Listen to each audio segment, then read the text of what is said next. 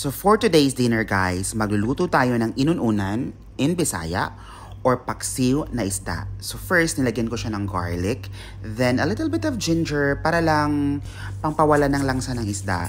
Then salt to taste. Then since mahilig ako guys maglagay ng vetchin, nilagyan ko siya pero konti lang naman, not too much. Then after that, I put black pepper kasi para mayroong kick ng konti. Then I put vinegar. Hindi masyadong marami guys ha. Yung tama lang, hindi naman masabaw. Then I put chilies kasi mabango talaga siya pag may chili guys. Then I covered it.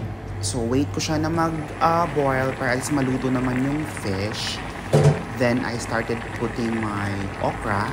Since mahilig ako kumain ng okra guys, and it's also kinda healthy.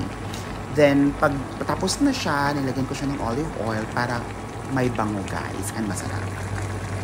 It's done! Let's eat!